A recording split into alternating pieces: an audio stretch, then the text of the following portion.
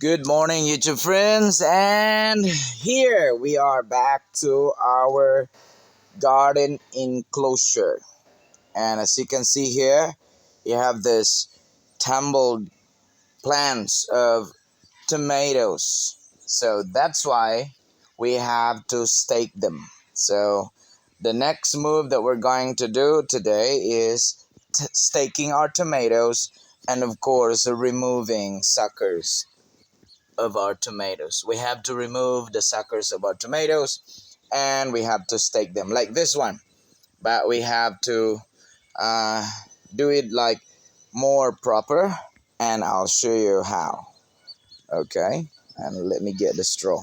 You can use garden wire if you have garden wire, or you can use straw. In our garden, we're using straw. And I think there are some to tomato plants that are sick, and we've got to remove them so that it will not like spread out to the rest of the tomato plants here. Okay, so we'll be back in a minute. Okay, YouTube friends, so we're good to go.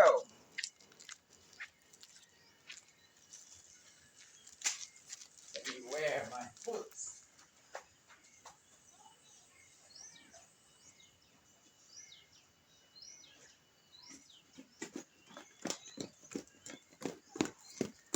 because I let the water here continue to flow while I'm inside the house to provide some moisture to the bottom of the pot. So we're using this one in particular, and we're starting to um, stake our tomato. Let me see the visibility there.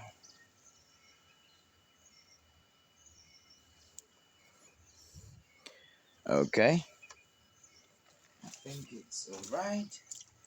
Angle is okay.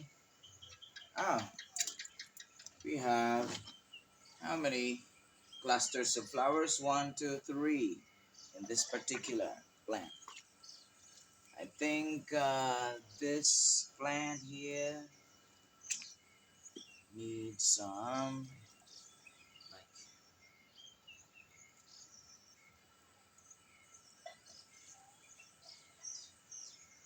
you know what, YouTube friends, why you do this, why you need to stake your tomatoes, because there are varieties of tomatoes that are like easily like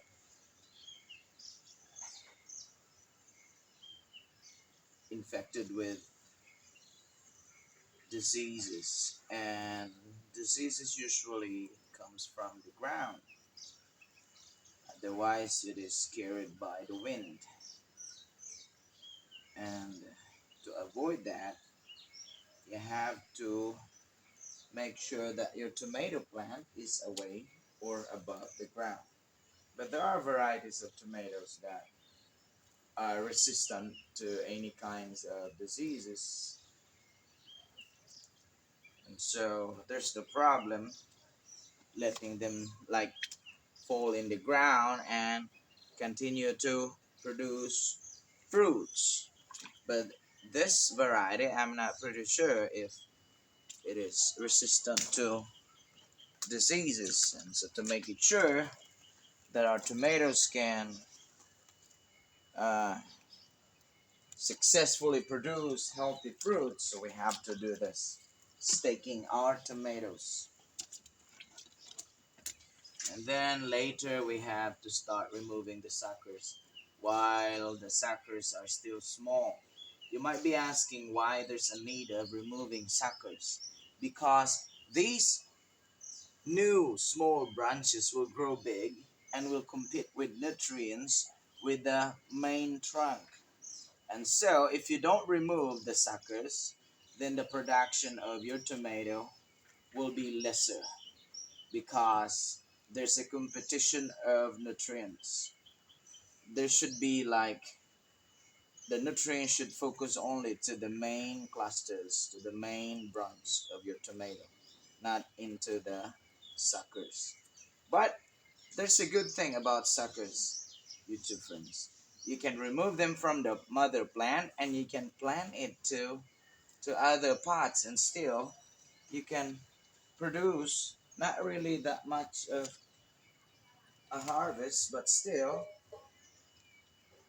those suckers can produce fruits. If you don't want to throw them away, you can plant them, replant them to another pot. I think I have to like change this one.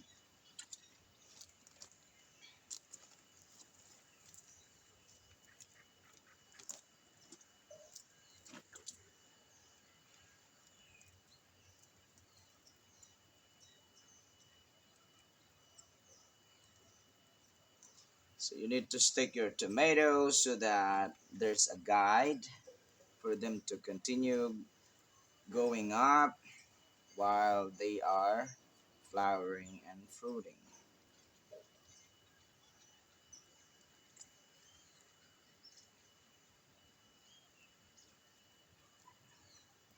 And the heavier it gets as they produce more fruits. So there should be like an aid for them to stand still. So there are many purposes why you need to stake your tomatoes. First is to avoid contracting with disease from the ground, and then you have more production. I need to spray some organic pesticide, I think this evening likely,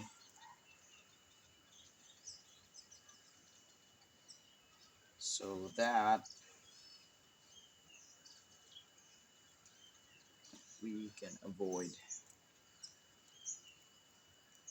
the possibility that the flowers might be like damaged by the pests that are here right now. Okay, I don't know if I can still help this one or remove this eventually. Let me see. Otherwise, the rest of the tomato plants will get infected with this. I'm not quite sure. This one is probably dying. Though there are flowers in here, but I'm not quite sure if this one succeed. So that's the hard thing in planting tomatoes, YouTube friends. You don't want your tomatoes to get like the disease to spread out to all your plants. You have to like prevent the spreading of the disease. I don't want to do this, but this look is not healthy anymore. So nothing I can do but have to remove this one. Yeah. And this is the end of this particular plant.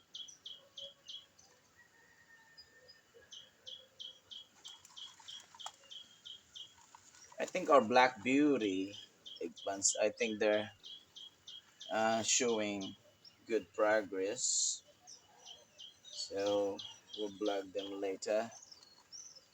We'll have to focus on these tomatoes first. Okay.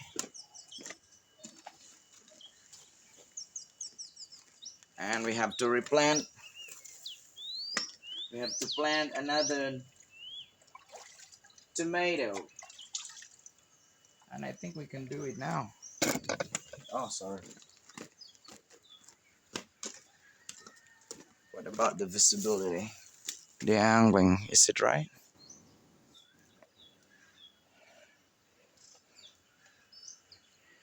I have to lower down this one. Okay. That's it. And we have to get another tomato plant here.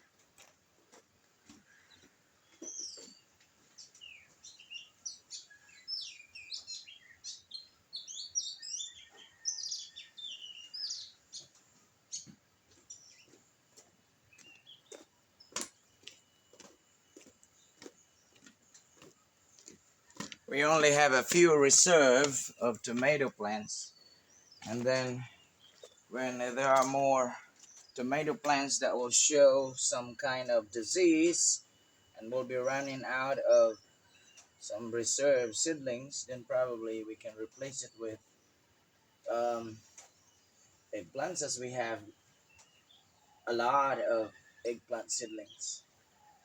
At the time being, we still have some reserve um, tomato seedlings, so we can still replace it with tomato. The next time around, if we're running out of tomato seedlings, then we're going to, where is yeah, and I think I need to do some like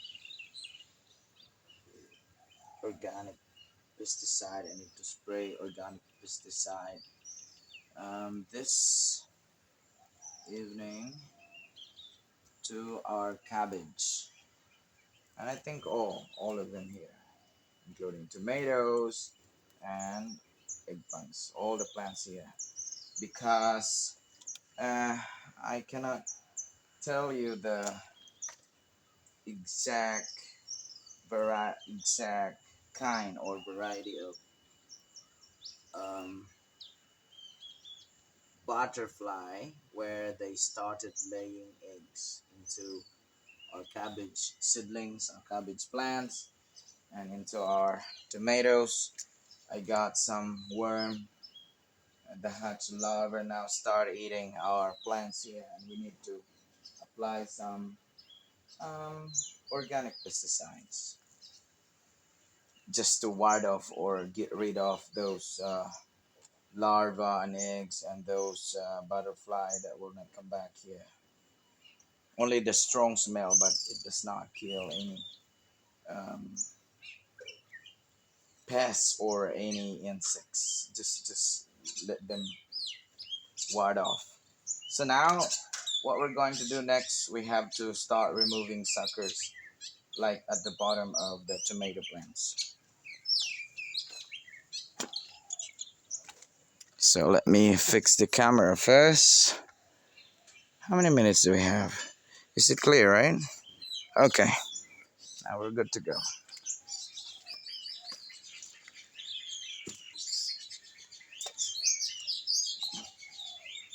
Okay, maybe you can see me there, right? So these tiny branches, this one, these are suckers, and this will be a competition to the mother plant, to the main plant, if you don't remove them.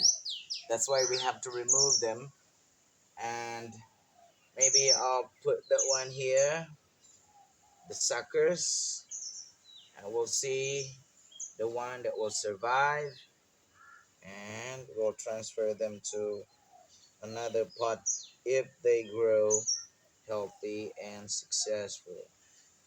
But if not, then we'll just leave it there. Okay? And start removing the leaves, like at the bottom part. Okay? Remove suckers as much as possible. Don't let them grow big, in which you might have this thought that you just let them grow together. Probably there are options that you can do that. Let the suckers grow and produce fruit as well. But you have to maximize, like you have to add more, like the measure of your uh, fertilize fertilizer should be above normal because your plant needs more nutrients. Okay, we have lots of suckers here. Remove them, and they're still small, so it's better.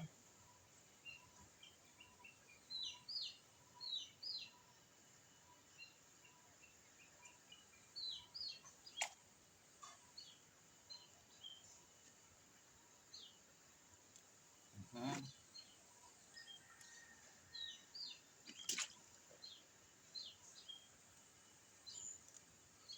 Okay, remove the suckers. Actually, this is the beauty of gardening with your friends. You don't stop learning. You learn every single day in gardening. And you have to care your plants like your family member, like your kids, like your mom, like your brother, like your sister. And see the result with your friends. It's really, really different. But if you don't care about your plants, then it will also reflect on the result. If you don't really giving so much care to your plants, if you're not giving so much attention to your plants, then it will reflect on the outcome of your plant.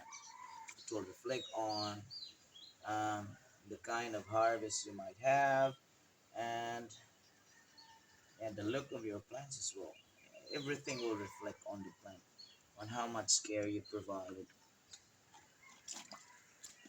Okay, I think we're getting longer, but I need to remove some of the weeds here because these are also some worst competitors of your plants. The weeds, the grasses, they take a lot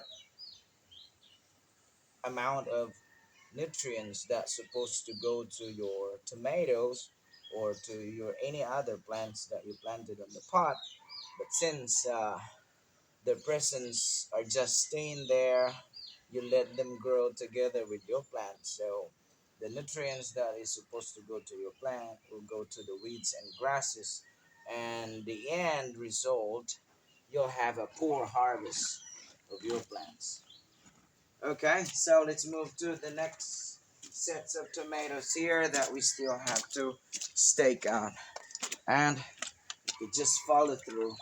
So we're done staking our tomatoes in this particular trellis here, and we still have like a few remaining tomatoes. I see them tumble down already, and I have to rescue them first. Okay, let's go there.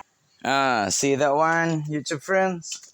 I have to rescue these tomatoes. They look healthy, yet because their body is too heavy already, and so they cannot stand anymore by themselves. They need to have a guide with the help of this straw that we have here in particular.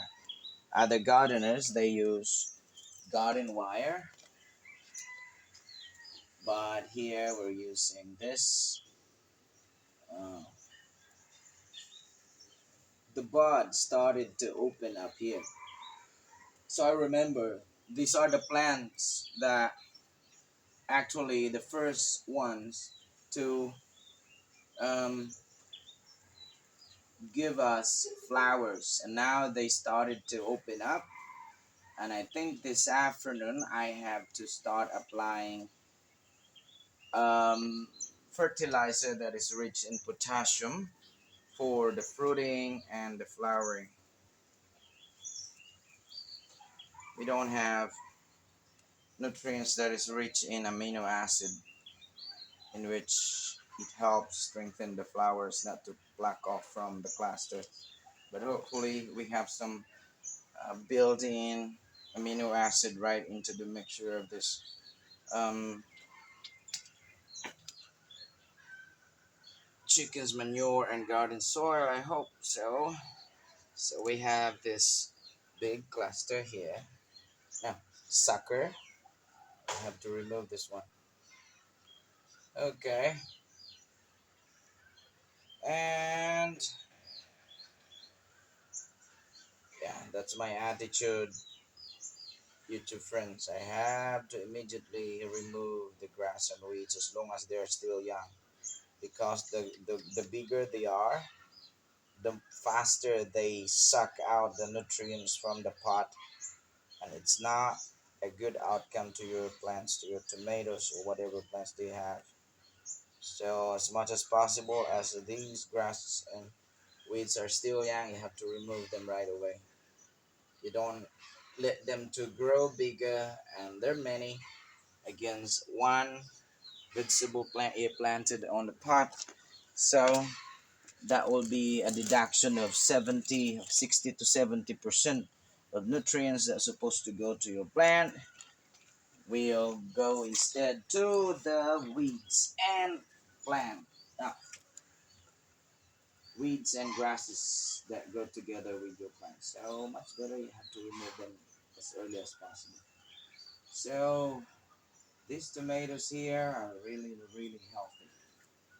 So I hope that this good health that I could see here into these plants will continue to flourish until they start until they produce their first batch of fruits. So we have so much tomatoes here, um, YouTube friends. We have to start removing the leaves at the bottom. Make sure that your tomato plants won't make any contact on the disease right on the ground, because if that happens, then you have more problem. And to me as a teacher, I only have limited time to look into here, to look after the garden. So like today it's Sunday weekend and tomorrow it's holiday. So I have to maximize my time here, looking and thinking what I can do to these precious vegetables that I have here. So I have also a training with my two students who will compete for the national competition. That's impromptu speech competition, and that will be held at Ratchaburi this January 26. So they will be leaving from school around 25th of January, and by the next day they compete for the national. So they were the top one here last competition that was held in Sianosun back in December 8 last year. Okay, so I think it's a long video already. How many minutes? 23 minutes long. Um, I think I have to continue staking the remaining plants so that we don't have to come back here and stake them again. Okay, so I think this area is the last part of our work this morning. And this particular plant, YouTube friends, I'll tell you, lots of flowers now. 2, 3 clusters probably. What happened to my cabbages? I think it works. My organic pesticide probably. I have to apply again tonight for better result. So here we have this nice looking tomato plant, quite healthy, and there are several clusters to it. Ah, we have some um, suckers already here. We have to remove it.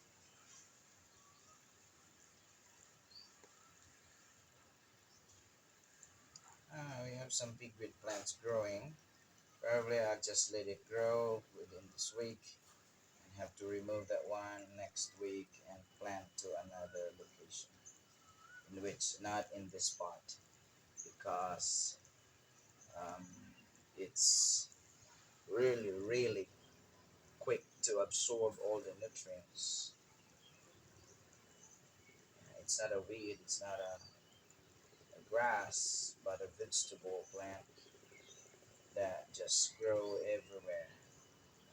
And I'm running out of this plant, so every time I could see them right into the pots growing with the vegetable plants, I just let them grow until like 3 inches size and then remove them and relocate them to another location. So, okay, let's continue our staking.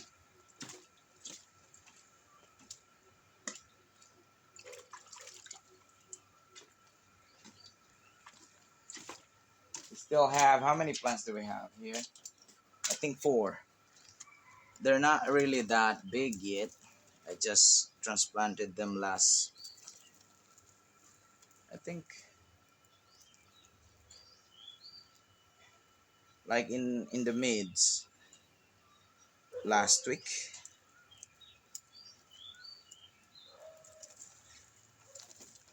So I have to buy another roll of this kind of straw because I need it here.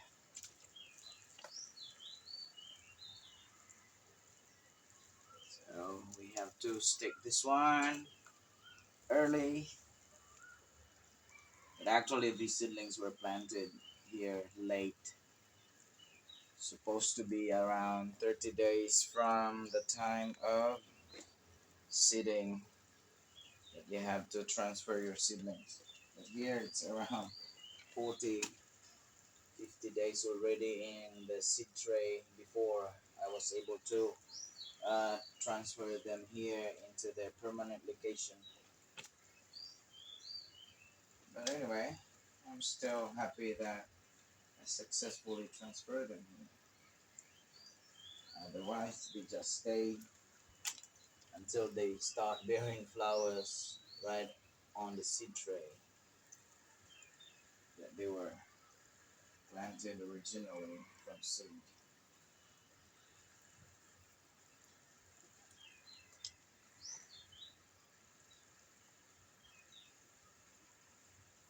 We have lots of onion chives here.